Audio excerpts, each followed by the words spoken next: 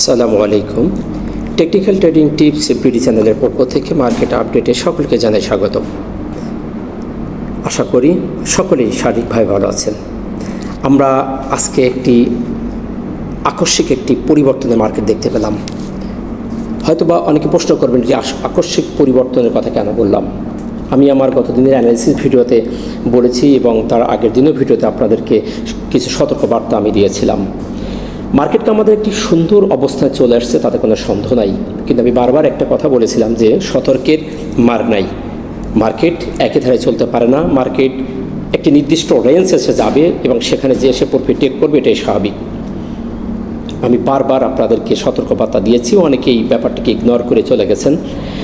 আর যাওয়াই স্বাভাবিক, কারণ সেন্টিমেন্টাল সবারই সমান নয়, হাতের 5টা আঙুল সমান নয়, সবাই এক ধরনের অ্যানালাইসিস করে না। এখানে বিভিন্ন রকমের মানুষ বিভিন্নভাবে অ্যানালাইসিস দিয়ে থাকেন।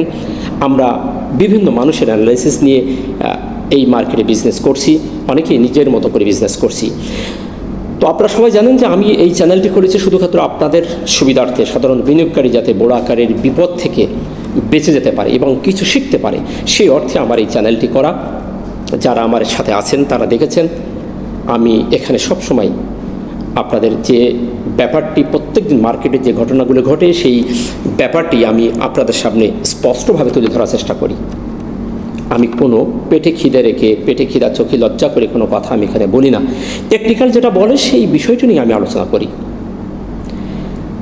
তো সেই ধারাবাহিকতায় আজকেও আমি আপনাদের সামনে কিছু ইনফরমেশন দিব।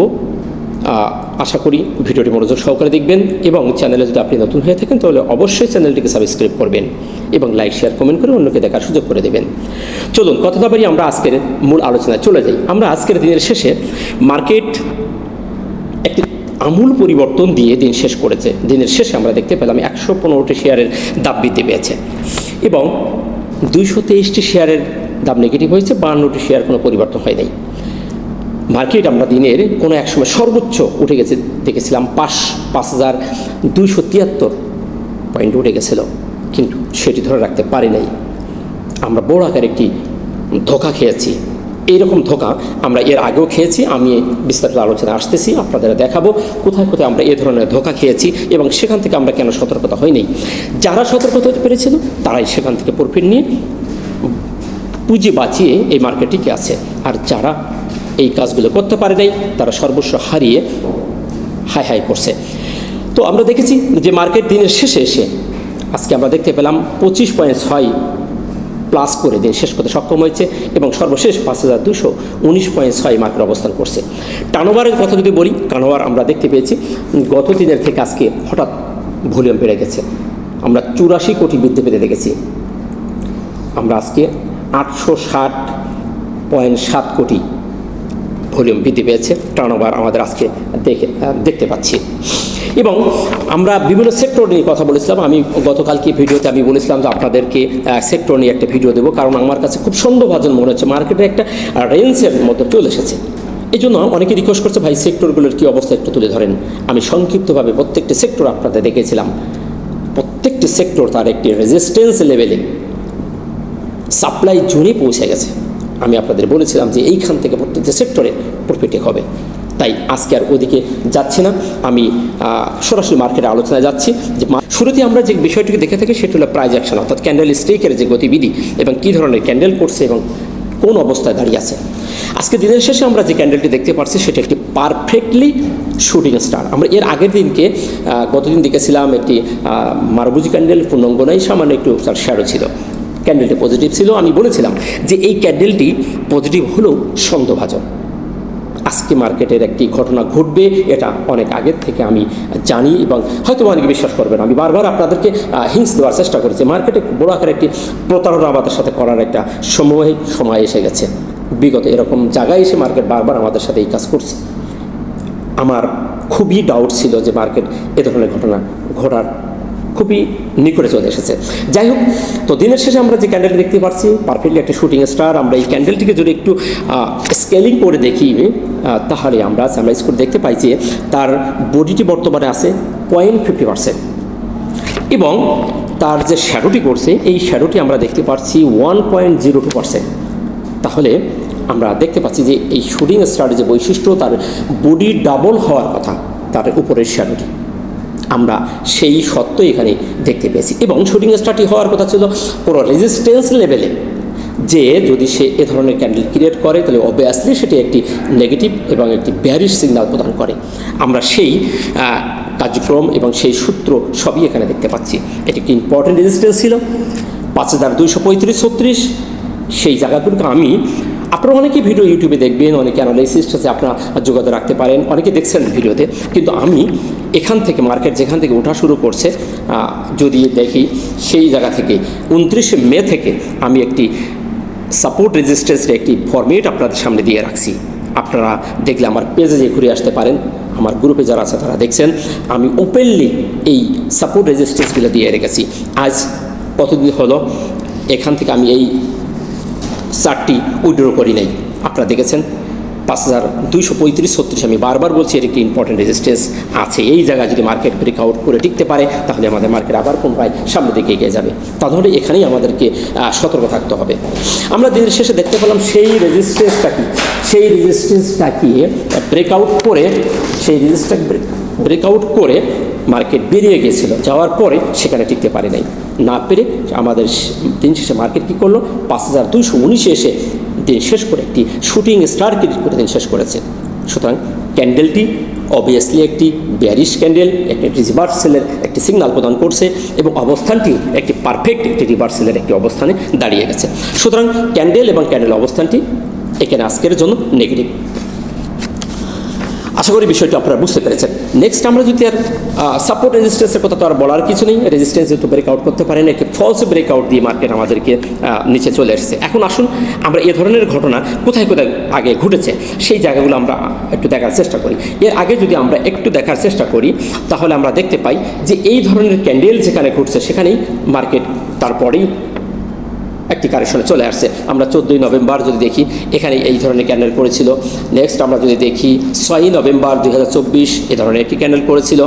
নেক্সট আমরা যদি দেখি এইখানে এসে 25 সেপ্টেম্বর 2024 এই একই ক্যান্ডেল করেছিল।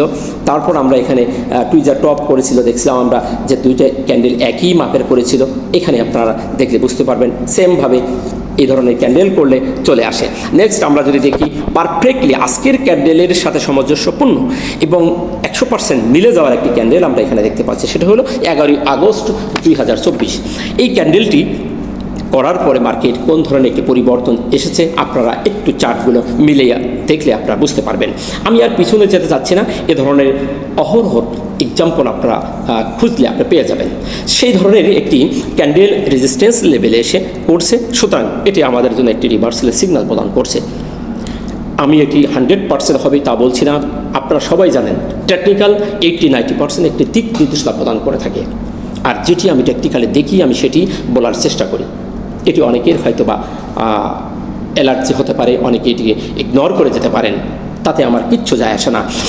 নেক্সট আমরা যদি আমি দেখানোর চেষ্টা করি, আমরা যে জায়গাটিকে আরও একটি বিষয় নিয়ে আমি কথা বলি, সেটা আমি গতদিন বলেছিলাম যে দুইটি ইন্ডিকেটর আমি আপনাদেরকে দেখিয়েছিলাম, হয়তো আপনাদের মনে আছে। ইচিমোকো এই ইন্ডিকেটরটি আমি আপনাদেরকে দেখাইছিলাম, বলেছিলাম গতকালকে যে এই জায়গাটি আমাদের খুবই সন্দেহভাজন একটি জায়গা আমাদের নিয়ে আসছে। সেই জায়গাটি আমি মার্কিং করে আপনাদের দেখানোর চেষ্টা করেছিলাম, পুনরাবৃত্তি করছি। দেখেন ইচিমোকোর যে ওপরের যে ক্লাউডটি, এই ক্লাউডের সর্বশেষ ওপরের যে জায়গাটি ছিল, আমি সেখান থেকে একটি দাগ টেনে আপনাদেরকে দেখানোর চেষ্টা করেছিলাম গতকালকেও। দেখেন সেই জায়গার ভিতরেই মার্কেট চলে আসছে এবং আমরা এর বাইরেও বেরিয়ে আমরা টিকতে পারি নাই। এই জন্য এই জায়গাটি অত্যন্ত সেন্সিটিভ এবং খুব রিস্কি জায়গা ছিল, আমি গতকালকে বলেছিলাম। এটি গেল এই ইন্ডিকেটরটির একটি সিগন্যাল আমি গতকালকে দেখেছিলাম। নেক্সট যদি আমি আপনাদেরকে বলেছিলাম যে বলিঞ্জার ব্যাংকের যে জায়গাটি আপার ব্যান্ড, আপনারা জানেন এর আপার ব্যান্ড, আপার মিডল এবং লোয়ার তিনটি ব্যান্ড থাকে। আপার ব্যান্ডটি রেজিস্ট্যান্স হিসেবে কাজ করে, মিডল ব্যান্ডটি সাপোর্ট রেজিস্ট্যান্স হিসেবে কাজ করে, যেখানে যেমন স্ট্রিক্ট সেখানে তেমনই কাজ করে থাকে, এবং লোয়ার ব্যান্ডটি সাপোর্ট হিসাবে কাজ করে থাকে। আমরা আজকের দিনের শেষে আমরা সেই বলিঞ্জার ব্যান্ডের আপার ব্যান্ডকে মার্কেট এক্স্যাক্টলি ঠিক সেই জায়গায়, সেই আপার ব্যান্ডের ওপরেই আমরা দেখতে পাচ্ছি সেখানে সে রেজিস্ট্যান্সটাকে বাধা পেয়েছে। এখন এটা কিসের দিক নির্দেশনা প্রদান করছে আপনারা একটু ঠান্ডা মাথা চিন্তা করলে আপনারা পেয়ে যাবেন। আমি এই বিষয় নিয়ে আর আপনাদের সামনে নিয়ে যেতে চাচ্ছি না। নেক্সট আমরা দেখব যে আমাদের পরবর্তী ইন্ডিকেটর যেটি আমরা দেখে থাকি, সবচেয়ে মনোযোগ সহকারে দেখে থাকি এবং এটি কাজ করে ভালো, সেটি হলো এমএসিডি হিস্টোগ্রাম। এমএসিডির যে সিগন্যালটি গতকাল আমরা দেখেছিলাম সেটি সবুজ বার ক্রিয়েট করেছিল। আমি বলেছিলাম যে এটি বাইরার স্ট্রং ভূমিকা পালন করছে, কিন্তু এখানে সন্দেহভাজন। আমার ভিডিওটিতে আপনারা দেখে আসতে পারেন, আমি বারবার বলেছি এই জায়গাটি সন্দেহভাজন ছিল আমার কাছে। সেটি হলো হিস্টোগ্রামের বার একদিনের সবুজ দেখে উল্লাসিত হওয়ার কিছু নেই, কারণ হিস্টোগ্রাম আমাদেরকে ডাইভারজেন করছে। আর এই ডাইভারজেন মানে মার্কেট বলেন, শেয়ারের ক্ষেত্রে বলেন, একটি রিভার্সালের সিগন্যাল প্রদান করে। আমরা আজকেও সেই বারটি সবুজ হতে দেখেছি, বাট গত দিনের থেকে বারটি কিন্তু আজকে বড় হয় নাই, ঠিক সমতাই রয়ে গেছে। সেম এক্সাম্পল আমি আপনাদেরকে আরেকটু দেখাই। এই জায়গায় আসেন, যদি আমরা 18 জুন এবং 19 জুন একই ধরনের দুটি বার ক্রিয়েট করেছিল, সমতায় অবস্থান করে পরপর 3-4 দিন মার্কেট আবার নিচে নেমে গেছিল। কিন্তু হিস্টোগ্রামের বারটি ডাইভারজেন্ট করছে, তাই এখান থেকে মার্কেট রিভার্সাল হওয়ার 80-90% একটি সিগন্যাল আমরা এখানে পাচ্ছি। মার্কেট এখানে বায়ার এবং সেলারদের প্রচণ্ড আকার একটি প্রতিযোগিতা হয়েছে। দিনের শেষে কী ধরনের বিহেভ আমরা দেখতে পেয়েছি তা আপনারা সবাই দেখেছেন, মার্কেট যারা বেশি বেশি অবজার্ভ করেন তারা দেখেছেন। সুতরাং আজকের এই হিস্টোগ্রামের বারটি সন্দেহভাজন। এখান থেকে মার্কেট এই হিস্টোগ্রামের বারটি বড় হতে হবে এবং পর্যায়ক্রমে যদি বড় হয়ে আস্তে আস্তে সামনের দিকে যায় এবং এই রেজিস্ট্যান্স জোনটাকে স্ট্রংলিভাবে ব্রেকআউট করে বাইরে বেরিয়ে যেতে হবে, তাহলেই আমরা এই মার্কেটের প্রতি আস্থা পাবো যে মার্কেট আমাদের কারেকশন দেবে না, এখান থেকে মার্কেট সামনের দিকে যাবে। সুতরাং ততক্ষণ এখন দেখার বিষয় মার্কেট এখানে কী বিহেভটা করছে। আরএসআই একটি ডেঞ্জারের জোন চলে গেছে 70-র পরে আরএসআই যাওয়া মানে এটা ডেঞ্জারের জোন। 70 থেকে 100 আমরা জানি আরএসআই একটি ওভার একটি জায়গা, সেই জায়গার ভিতরে মার্কেট আমাদের অবস্থান করছে। 70-র উপরে যে মার্কেট আজকে আমরা দেখতে পাচ্ছি 80.54, এটি অত্যন্ত একটি সেন্সিটিভ জায়গা। আমি আবার গতকালকে বলেছিলাম যে এখানে নিরাশ হওয়ার কিছু নেই, যতক্ষণ পর্যন্ত 70-র নিচে এই মার্কেট না আসছে ততক্ষণ পর্যন্ত এর উপর দিয়ে মার্কেট যেতে পারে। আরএসআই এর স্ট্র্যাটেজি যে বলে এটি একটি সুন্দর একটি স্ট্র্যাটেজিস। যদি আপনি 70-র উপরে কোনো শেয়ার মার্কেট উঠে যায় তাহলে আপনি তাড়াহুড়ো না করে এখানেই পর্যবেক্ষণে রাখতে পারেন, এটাকে ধরে রাখতে পারেন। এটাকে আপনি বাইসেলের ভেতরে থাকবেন, সম্পূর্ণ হাতে থেকে শেয়ারটিকে ছাড়বেন না। যতক্ষণ পর্যন্ত 70-র নিচে না আসতেছে ততক্ষণ একটি ভালো আকারের র্যালি হতে পারে।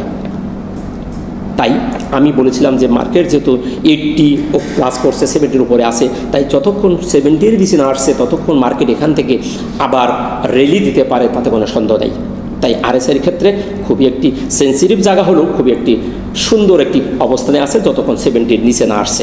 আশা করি বিষয়টি আপনারা বুঝতে পেরেছেন। নেক্সট যে মানি ফ্লোর ব্যাপারটাও আমরা দেখেছিলাম, মানি ফ্লো যথেষ্ট পরিমাণ বৃদ্ধি পেয়েছে এবং সেটাও 87.70 আজকে কিন্তু মানি ফ্লো স্লো হয়ে গেছে একটু।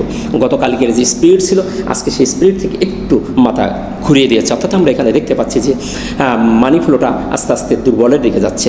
তবে এখনও পর্যন্ত নিশ্চিত না এটি দুর্বল কতদূর হচ্ছে। মার্কেট যতক্ষণ পর্যন্ত রিভার্সাল না হচ্ছে বা কনফার্মেশন না দিচ্ছে ততক্ষণ পর্যন্ত আমরা নিশ্চিত বলতে পারবো না। যেহেতু মার্কেট আমাদের আজকে একটা সিগনাল দিয়েছে, একটি শুটিং স্টার দিয়েছে, এটার পরপরই একটি যদি সিগনাল দিয়েছে, জাস্ট সিগনালের পর যে একটি কনফার্মেশন দেয় তাহলে আমরা বুঝে যাবো যে মার্কেট আমাদের এখান থেকে নিচের দিকে আসবে। এবং আসার পরে কত দূরে আসবে সেই বিষয়টা নিয়ে আপনাদেরকে আমি নিশ্চয়ই একটি ভিডিও দেবো এবং কোথায় থেকে সাপোর্ট পাবে সে বিষয়টি নিয়ে আমি আপনাদের সাথে অবশ্যই ভিডিও দিব।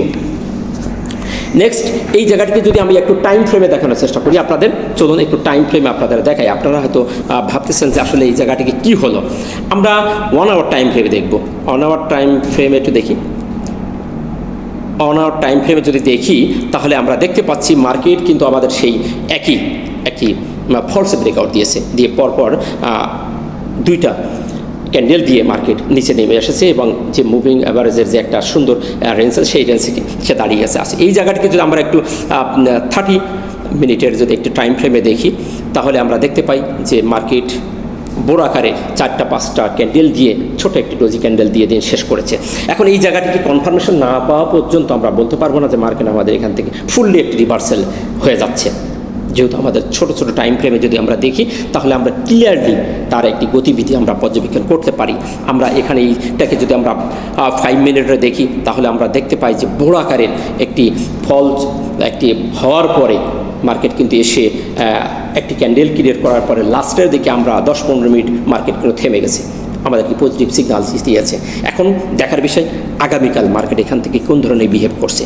যদি এই রেজিস্ট্যান্সটাকে ভেঙে বেরিয়ে যেতে পারে তাহলে আবারও সে তার যাত্রা শুরু করবে, এবং যদি সে কনফার্মেশন দেয়, নেগেটিভ একটি কনফার্মেশন দেয় রিভার্সালের, যেহেতু ক্যান্ডেল দিয়েছে এটি আমাদের এখনও ক্লিয়ার দেয় নাই, যেহেতু একটা সিগন্যাল দিয়েছে, আগামীকাল যদি নেগেটিভ একটা কনফার্মেশন সে দিয়ে দেয় তাহলে আমরা ধরে নেব যে মার্কেট আমাদের এখান থেকে নিচের দিকে আসবে।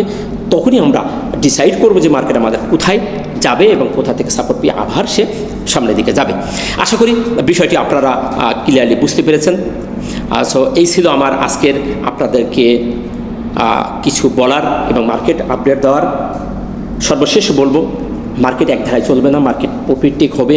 প্রফিটিক হওয়াই স্বাভাবিক, এ ধরনের জায়গায় প্রফিটিক হয়ে থাকি। সারা পৃথিবীতে এই শেয়ার বিজনেস যারা করে 80-90% মানুষ সাপোর্ট রেজিস্ট্যান্স দিকে করে, আর বাকি অন্য অন্য টুলস দিকে মানুষ সবাই করে, কিন্তু এই সাপোর্ট রেজিস্ট্যান্সটাকে অত্যন্ত গুরুত্ব সহকারে মানুষ দেখে থাকেন।